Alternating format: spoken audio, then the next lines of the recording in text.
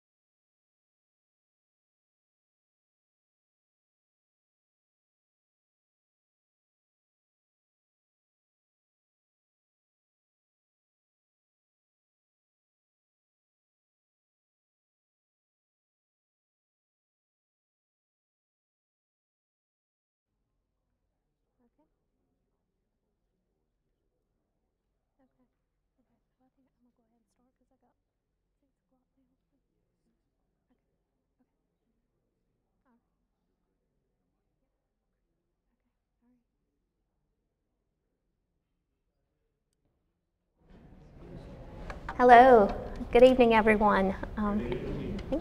Thank you for joining us this evening. We do want to spend a bit of time talking with you about the retirement plan redesign. My name is Linda Phelps. I'm with the benefits office here at Duke. I've also got here with me a couple other colleagues, Heather Hughes and Percy Hill. So we'll all be available to answer any questions that you may have either during the presentation or we'll hang around for a bit afterwards as well.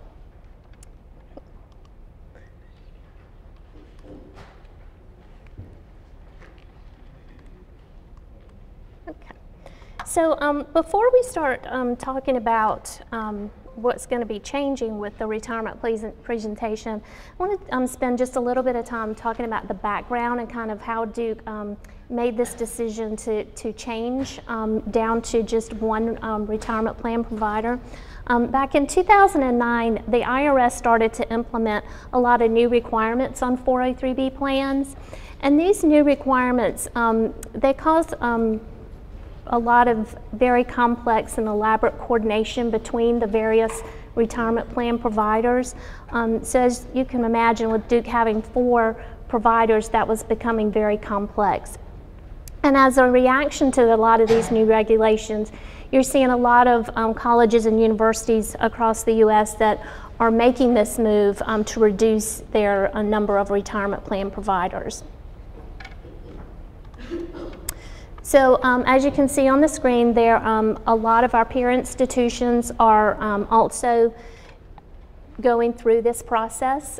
Many of them have completed the process. Some of them are in the middle of it, just like Duke is. So you know, we are not alone in making this, this transition. So before I start talking about what's going to be changing in the 403B plan, I just want to let any of you know, if you are a member of the Employees Retirement Plan, which is the pension plan that's provided to our biweekly paid employees here at Duke, nothing at all is changing about that Employees Retirement Plan, okay? These changes are totally designed around the 403B plan or the Faculty and Staff Retirement Plan. But what's going to be changing is beginning in January of 2019, Fidelity is going to become the primary record keeper for the retirement plan. And back in May of 2018, there was a new investment lineup that was introduced. And along with that new investment lineup, there is a self-directed brokerage account that's also available with Fidelity. Now, for those of you who may be participating with Vanguard, Vanguard is going to be eliminated as a record keeper. However, there are many Vanguard funds that are still going to be available for you to invest in. Those Vanguard funds are just going to be available on the Fidelity platform. All of the balances that are at Vanguard are going to be transferred over to Fidelity. Could I ask a question? Yes, sir. For people that have already retired, does the law require this type of a transfer? Since it's kind of an imposition on people that have already retired. Right. The question is, for someone who's already retired, is this still required? And it is. It's dependent upon what you're invested in. So in a few slides, we're going to talk about annuity funds versus mutual funds, and it kind of depends on what you're investing in, whether you're going to need to move. But the question was, does the law require this for people who invested accounts that have already retired? Yes, sir. It is required. Even if you're retired, if the plan is changing, you would need to go ahead and make the changes as well. Okay. So for anyone who's invested with TIAA, if you are invested in the annuity products, those annuity products at TIAA are going to be frozen. And then the TIAA traditional fixed annuity fund is going to continue to be available, but it's going to be under a different contract. So TIAA is going to continue to administer those frozen annuity funds and the TIAA traditional fixed annuity fund. If you're within TIAA but you are participating in their mutual funds, then those balances are going to be transferred over to Fidelity. For those of you participating with VALIC, Would you define the word frozen? Frozen just means that there would be no new contributions going into the account. money earned? No, it would just, frozen just means you cannot put any additional contributions into the account, but you could still earn interest on what you have in there. Be taken out. I'm sorry, can you repeat that? But could that, what is earned, be taken out without being put back into the traditional annuity? We're earning, 3 or 4% a year off our traditional annuity. Is that money earned fluid? Could we remove it? Right, you could take distributions from your account. I don't mean the 10-year distributions, but I mean if what is earned over a year could be used as part of our minimum distribution.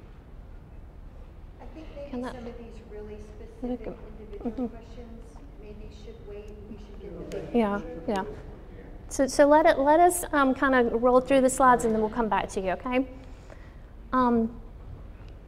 With VALIC, again, the annuity accounts are going to be frozen. VALIC will continue to administer those frozen annuity products. But if you have mutual funds with VALIC, those mutual funds are going to transfer over to Fidelity. The VALIC fixed annuity option, that's going to be available on the Fidelity platform. So it's important to realize and look at your statements and know if you are participating in annuity products or if you are participating in mutual fund products. And sometimes it's not always easy to tell by the name of the fund. So be sure to speak with your vendor or make sure that you fully understand which product you're investing in, because that will depend on whether those annuities are going to stay with TIAA or VALIC. And again, the mutual funds would transfer over to Fidelity. Okay. So the plan will still have the tiered lineup. Tier 1 are the target date funds. There is no change into Tier 1. The target date funds are still going to be those Vanguard target date funds. Tier 2 are the core funds. There will be some changes and some additions to the core lineup within Tier 2. And then Tier 3 is going to be a self-directed brokerage account. And this is going to be a new option that's available to participants. And there is a copy of that investment lineup in the decision guide that was mailed to home addresses back in April, or you can also access that online as well. So as I mentioned, Tier 1 is staying the same. It is the Vanguard Institutional Target Retirement Date Funds. So as I mentioned before, even though the platform is transitioning over to Fidelity, you do still have other funds that you can invest in. They're not only Fidelity funds. The funds in Tier 1 are going to be monitored by Duke's Investment Advisory Committee. And then Tier 2, again, there were some changes to the core lineup, some new additions in the funds. You'll see many Fidelity funds in this core lineup, as well as funds from various other companies as well. And these funds are also going to be monitored by Duke's Investment Advisory Committee. And then Tier 3, which is the self-directed brokerage account. It's Fidelity's brokerage link. And this brokerage account gives you access to additional investment choices if you would like choices beyond the funds that are in Tier 1 and Tier 2. There are approximately 11,000 mutual funds that you can choose from this self-directed brokerage account. Please be aware that if this is something you decide that you're interested in, there could be additional fees that would apply. The self-directed brokerage account can be quite complex, so we would encourage you to meet with a Fidelity representative if this is something that you're interested in, and let them assist you with setting up this account. The funds in the self-directed brokerage account are not monitored by Duke's Investment Advisory Committee, so if you choose to go this route, you are taking ownership of monitoring those funds yourself. So as I mentioned, the decision guide was mailed to home addresses back in April, and that decision guide gives you details about the plan changes. The investment lineup is included. it goes through your options for your existing account balances, and then it also shows you the mapping strategy per vendor. So it has the funds listed where you can look at whatever vendor you're investing in, look at the fund that you're invested in, and it will show you which fund it would be mapped to in January. So what are the options that are available for the retirees and former employees? You have 3 options that are available for you. You can leave the account balances in the plan, or you can roll those vested balances over to an IRA or to another employer's plan, or you could withdraw those vested balances. Just remember that IRS penalties may apply if you take distributions out of the plan if you're younger than age 59 and a half, and you also still need to comply with the required minimum distributions. So what do you need to do? Well, first you need to identify where your current balances are going to be mapped to. If you're not comfortable with that mapping strategy, then you can go in before the end of the year and make changes and direct your investments to whichever funds you select. For someone who is already in a distribution mode, then you could review payments to ensure that you're in compliance with your required minimum distribution rules, and contact Fidelity to confirm the elections that you've already made, that those are continuing going forward. You also need to designate your beneficiary with Fidelity. Any beneficiary designation that you have on file with TIAA, VALIC, or Vanguard will not transition over to Fidelity, so that's very important that you go online with Fidelity and do your beneficiary designation with them. Fidelity has an 800 number that you can call, ask them questions, and they can assist you with anything that you may need during the transfer. So now let's talk about options for your account balances. The first option is that you let those balances map over to Fidelity per the mapping strategy. If the fund that you are currently invested in is available in the new lineup on Fidelity's platform, then you would map over to that same fund. Okay? For example, if you are invested in the Vanguard Institutional Target Retirement 2040 Fund, that exact same fund is available on Fidelity's platform, so your balances would map over to that exact same fund. If the fund that you are currently investing in, that exact same fund is not available on the Fidelity platform, but if there is a similar fund available, then your funds would map over to that similar fund. An example of that would be if you were invested in the Emerging Markets Bond Fund, that particular bond fund is not on the new lineup, but there is a similar bond fund available. There's the Metropolitan West Total Return. So your investment would map over to that similar fund. If the fund that you are currently investing in is not available on the new platform and there is not a similar fund available, then your investment would map over to a default fund. And that default fund is the Vanguard Target Date Fund that most closely aligns with your 65th birthday. Question? Mm-hmm. So it's my understanding that the default fund is based on your age, but that you can choose to put your money in one of the target retirement funds of a different age. Is that correct? That's correct. So the question was that the target date funds, the default is to put you in a target date fund that most closely aligns with your 65th birthday. But you can change that. If you would like to invest in a different target date fund, you certainly have the option to do that. You would just need to take action to put it into a different target date fund. Okay, your second option that you have available is to move your account balance to Fidelity and invest in the new investment lineup before January.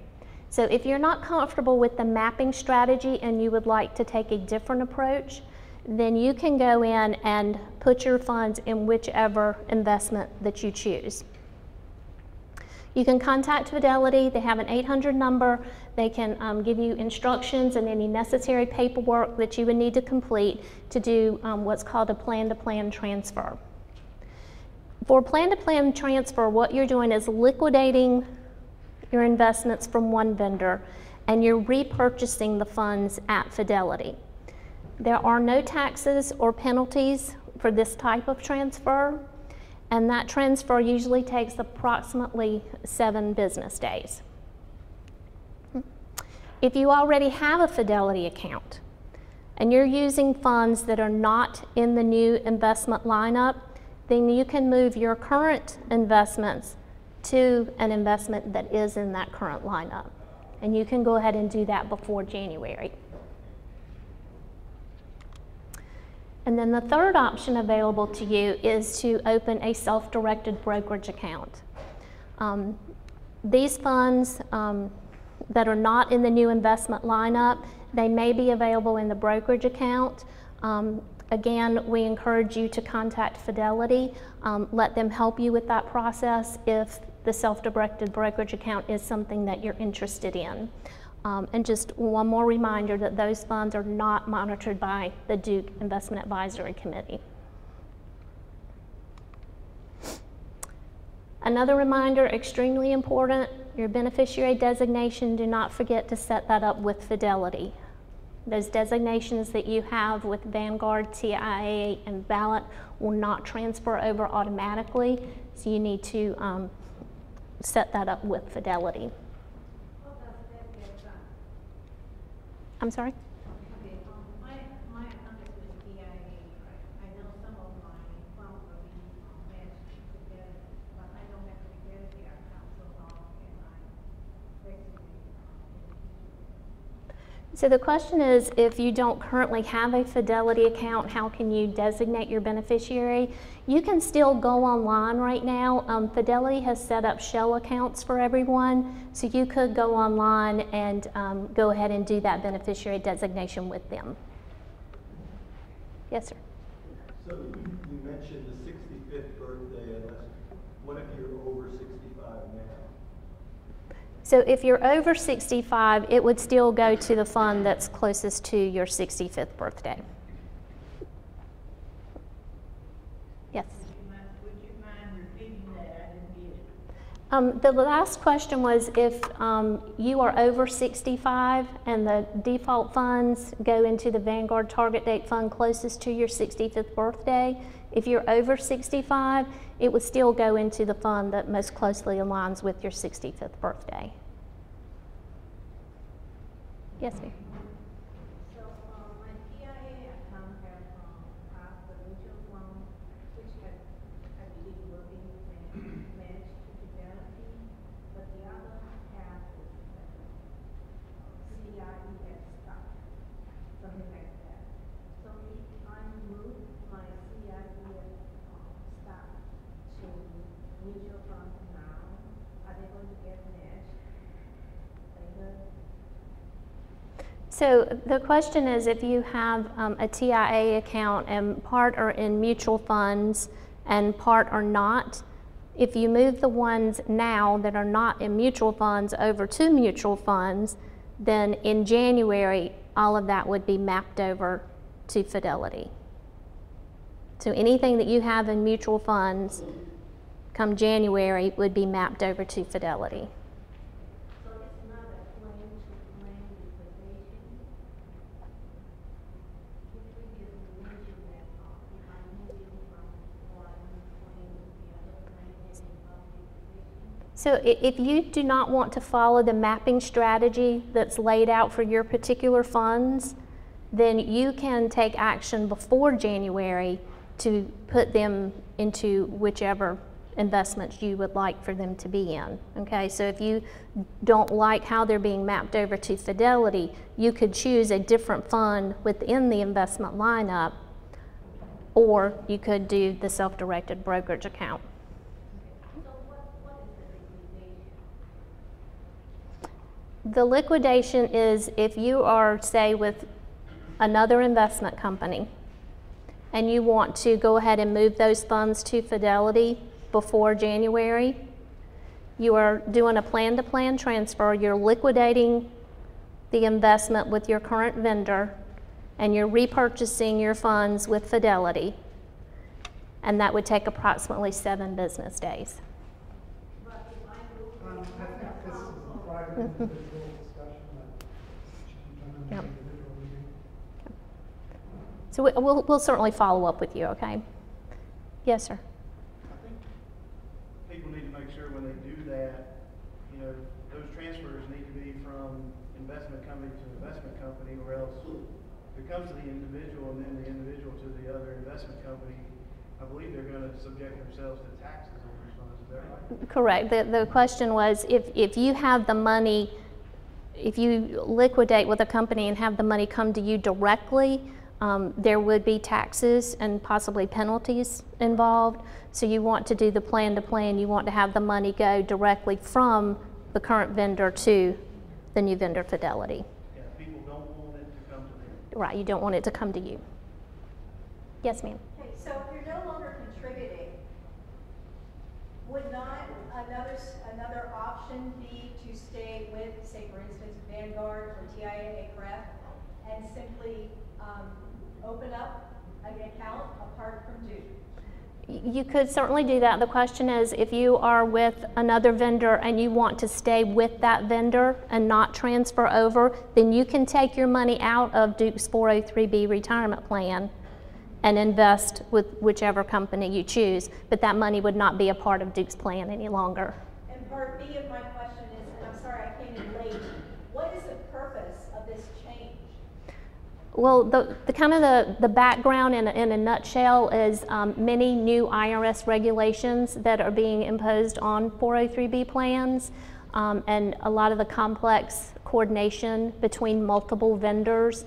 So you're seeing many colleges and universities across the country reduce their number of vendors in their retirement plan. Yes, ma'am. Back to that big picture question about what we're trying to accomplish here. Is it not also part of why this is being done because of the class action lawsuit against Duke University for non-fiduciary management of their retirement plan? And can we expect these changes will address the issues that have been raised in that lawsuit? Yeah, these changes would happen regardless of the lawsuit against Duke. This is something that was going to happen anyway, because Duke has taken steps throughout the years to move in this direction. It wasn't just an automatic change. So over the years, Duke has implemented that tiered lineup. They have implemented the Investment Advisory Committee. So although we say that the new regulations came about in 2009, Duke has been consistently making changes to comply with those new regulations. It wasn't that we waited since 2009 to all of a sudden make a change in the plan. If in fact there are thousands and thousands of funds within Fidelity, but there's a smaller number of funds within Vanguard, and if oversight is the purpose of this change, then it is odd that Duke would choose Fidelity as its option. So the question comes back to why Duke chose Fidelity, and there are several reasons, and it was quite a lengthy process in determining to choose Fidelity. A couple of the reasons are the technology that Fidelity has available. Also, Fidelity is able to provide both education and advice to participants. Not all of the vendors were able to provide both of those services. Is quite a big difference in giving someone education versus providing advice when it comes to retirement. Another reason is Fidelity has a very good track record in making these types of plan changes with colleges and universities. They've been very successful. They've been through this numerous times. So there were many reasons about why Fidelity was chosen.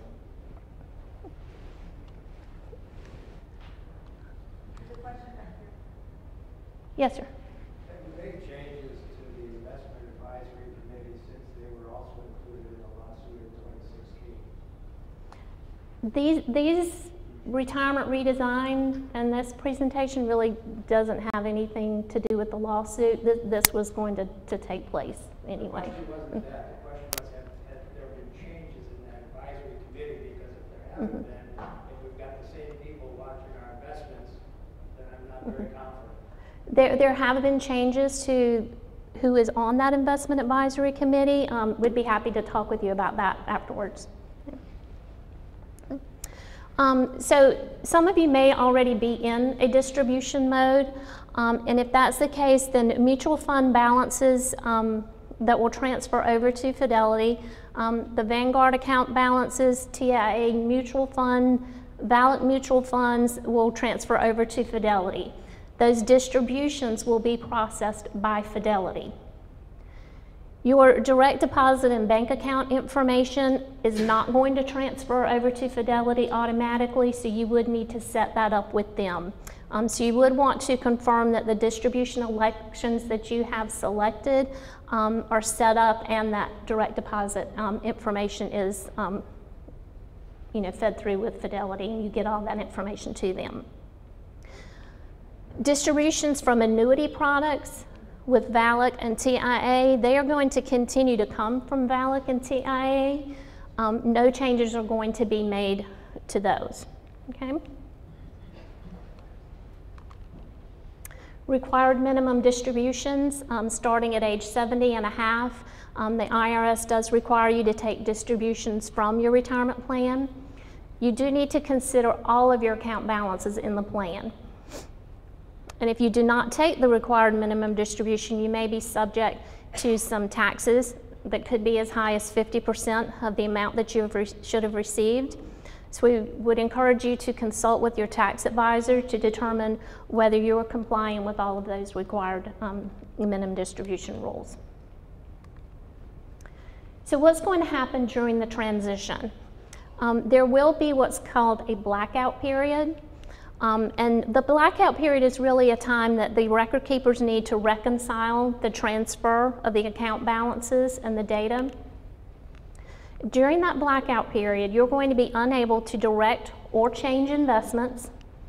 You're going to be unable to obtain a loan, and you're going to be unable to obtain a new distribution. If you are already have a distribution in place, that will continue, but you would not be able to obtain a new distribution during that blackout period. And when is the blackout period? We're going to be sending out some additional information later in 2018 that will give you those exact dates of the blackout period and when that's going to happen. Just remember that Fidelity is here to help you. They have a 1-800 number where you can speak with a representative. They have local on-site help. If you would like to meet with someone one-on-one, you can either go onto their website and schedule an appointment, or you can call their 800 number to schedule an appointment as well. You can also access your account anytime at fidelity.com/Duke. If you're still looking for more information, we have a dedicated website, hr.duke.edu/retirement redesign. Again, the 800 number at Fidelity and Fidelity's website at fidelity.com/Duke. You can also set up a one-on-one session with your retirement plan provider. All of the retirement plan providers are here and available and will assist you through the remainder of the year. So you can meet with your current provider, you can also meet with Fidelity, you can meet with both. Okay. Questions?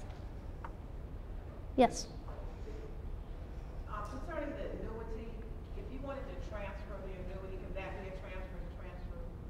If you have annuity, not they take a distribution, but it's sitting there in TIA. If you want to transfer that, can that also be a transfer? Right, so the question is, if you have an annuity and you want to transfer that, you can certainly do that. It will not happen automatically with the mapping strategy because those annuity products were going to be frozen. So if you would like to transfer that annuity, you can certainly do that, but you would have to take action to transfer that annuity over. Okay, but before it used to be like 10,000 at a time. Is there a limit on how much you can It's going to depend on how your annuity is set up, so we would need to look at your specific information. Yes, sir.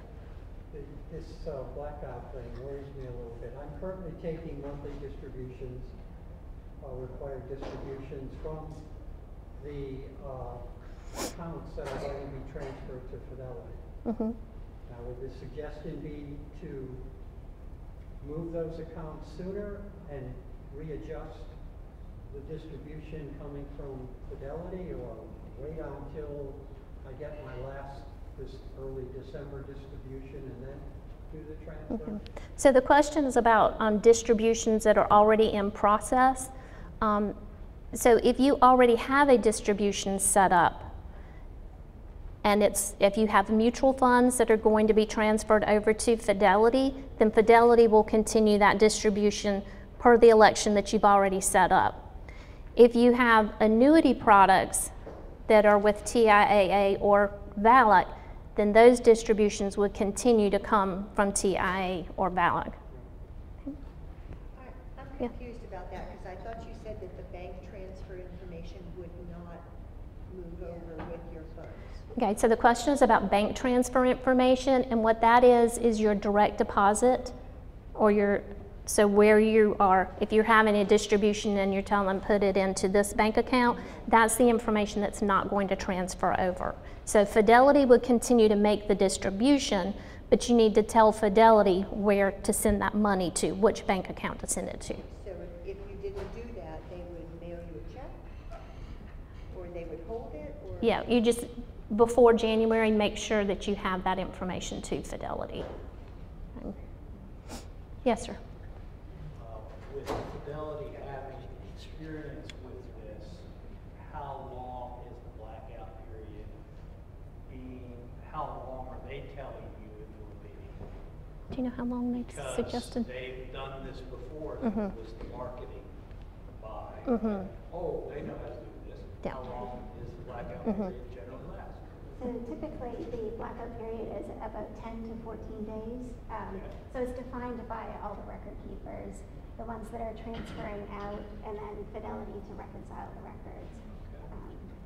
Then the mapping within, let's say, Vanguard, the closing options, then to the new options.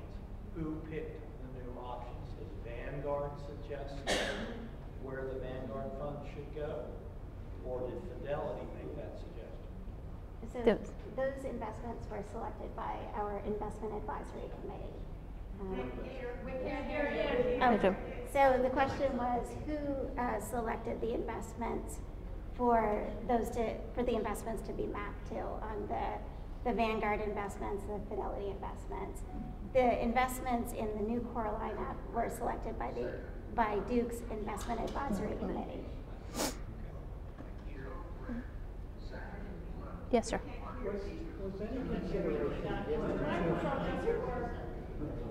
Was any consideration given to retirees that were in their 70s that might be challenged by the complexity of this? It really seems like it will be more of an imposition for people who sometimes have people taking care of them. So the question is, was there consideration given to people who are already in retirement? And of course, everything was considered, but we really, to make this type of change, you had to move everyone. You couldn't have part of your population still in one aspect of the plan and the rest of the population in a new aspect of the plan. Everyone needed to move over together. It's just that there might be some people who might require a little more advice from someone. Right. So if someone requires a little more advice, just know that Fidelity is here to assist. You still have your current vendors that are available for the rest of the year. So, multiple options for people to assist you if you need that, and we're certainly glad to help you through that process. Yes, ma'am.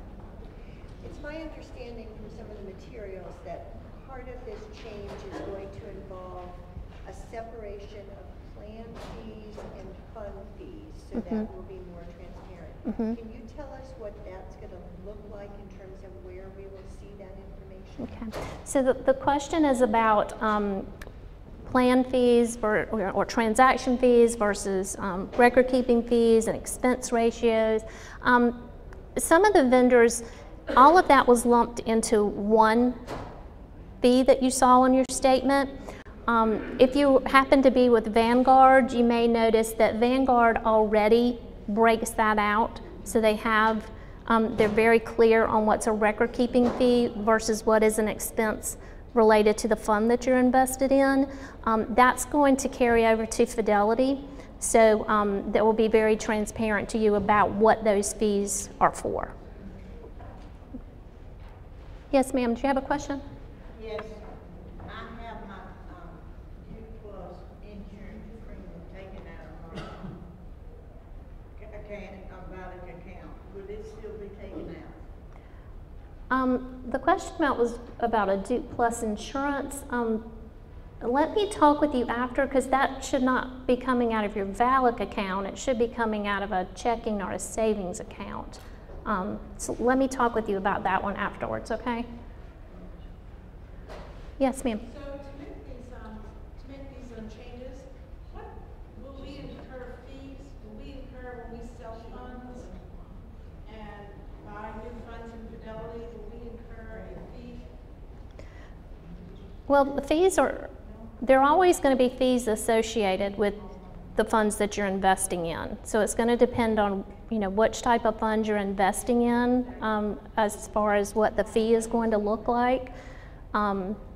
If you're moving from, if you want to do the transaction before January, you're with a different vendor and you want to go ahead and select your funds with Fidelity and go ahead and make that transfer, you would not have a transaction fee for that move over to Fidelity.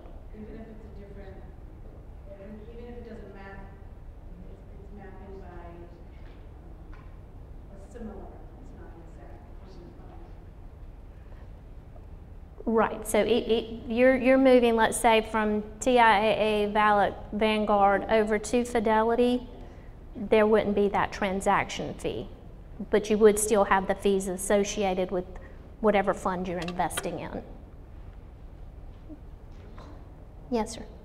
Annuity funds that are in Valak or TIA, are they still part of the 403B plan as far as Duke is concerned? Is there any structural change to fees and things of that nature?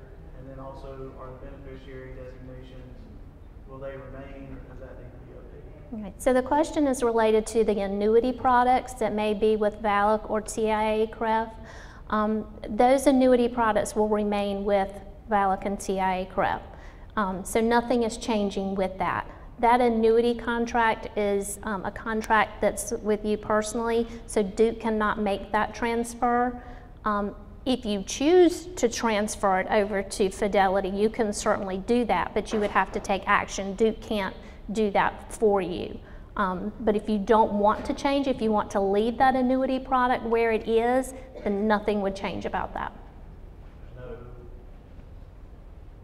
no change in fee structure? Is it still part of? It is. It is still part of the plan. Okay. Yeah. And beneficiary designations stay in place. Right. I couldn't hear you. The beneficiary designations would stay in place as well. Is that the same for Vanguard? Well, Vanguard just has mutual funds. So all of the funds with Vanguard are going to be transferred over to Fidelity. So you will still get written statements. If you're in Valak, you'll still get those written statements quarterly? Yes, the question is about the quarterly statements, and you will still continue to receive those. Yes, ma'am. If we should choose to take our retirement completely out of the Duke system and transfer it to our individual retirement account and IRA, would we be charged transaction fees, or is the transaction fee waiver only if we go to Fidelity? Let you down. Because we're being forced to do something, right? Right. Thank you. Yes, so there's no transaction fees if you keep the money within the plan. If you choose to move it to an IRA, then there could be transaction fees within the IRA. So that depends on whichever IRA you're selecting. But there's no liquidation or redemption fees from moving the money out of the plan. So you're saying it depends on the other end, the IRA end, whether that vendor is going to be charging anything to bring new money in. Right. So IRAs have different fees that Duke can't control. Yeah, but there will be tax consequences too, right?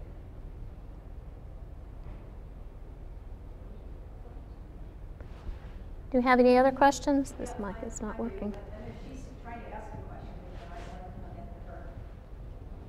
I'm sorry, I couldn't see. I was asking if I move money out and into my IRA, then I have to pay tax, right? If you move money from a pre-tax source into a Roth source, then yes, you have to pay tax on that. Okay, thank you. Yeah, so the question I have is, so within Fidelity, there are Vanguard funds. What's curious to me is whether there's going to be different fee schedule within those funds to have those funds in Fidelity as Vanguard funds. Okay, that's a great question. So the funds in the core lineup, so actually Linda, can you go back to the core lineup? So if we go back to the slide with the core lineup, that's a great question because as you probably noticed, there's a lot of Vanguard funds in this core lineup that our investment advisory committee selected. There's also several Fidelity funds. There's some T. Rowe Price funds. These funds are offered to participants in the plan at the lowest cost share class that's available. So these are institutionally priced with a very favorable cost. So these are low expense funds. You can also access almost 11,000 funds through the Fidelity platform in the brokerage link. Those are retail share classes. So those will have a different share price. That's in the tier 3 funds that Linda was talking about. Those are not monitored by the investment advisory committee. So these are the ones that are favorably priced, that have the favorable pricing. The brokerage link is the retail share class. So how do we know which are considered institutional shares, be it a Vanguard, be it a Mass Mutual, be it a Goldman Sachs? How are we going to know that we're getting that at an institutional rate? So if you take a look at these funds on the Fidelity website, if you look at that Fidelity /Duke website, you can see these funds and the ticker symbols, and it will tell you what the share class is. Thank you. This microphone's not working at all. So.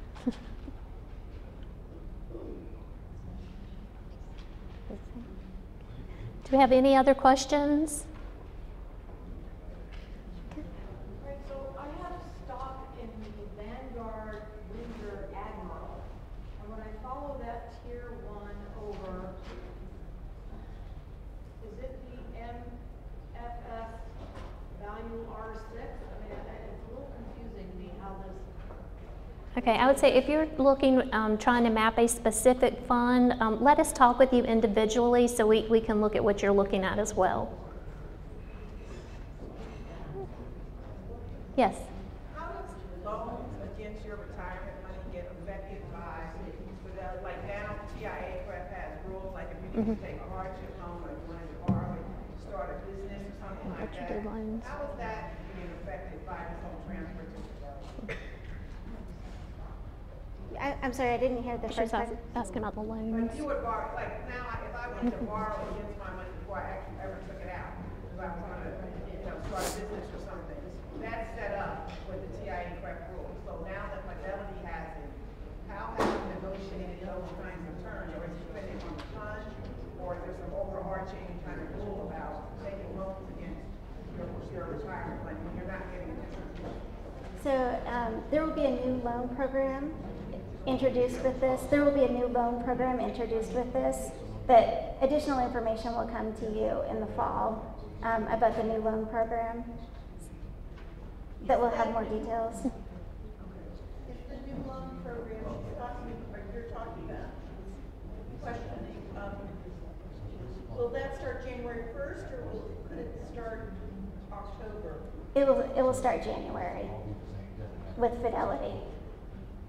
So if you move your funds before January, you basically don't have a loan. That's right. Okay. So I'd like to thank all of you for coming out this evening. If there are some additional questions that you have, if you would like to come up and talk with one of us one-on-one, we'll be glad to talk with you and get those questions answered. I just, again, want to thank you for coming. We really appreciate it.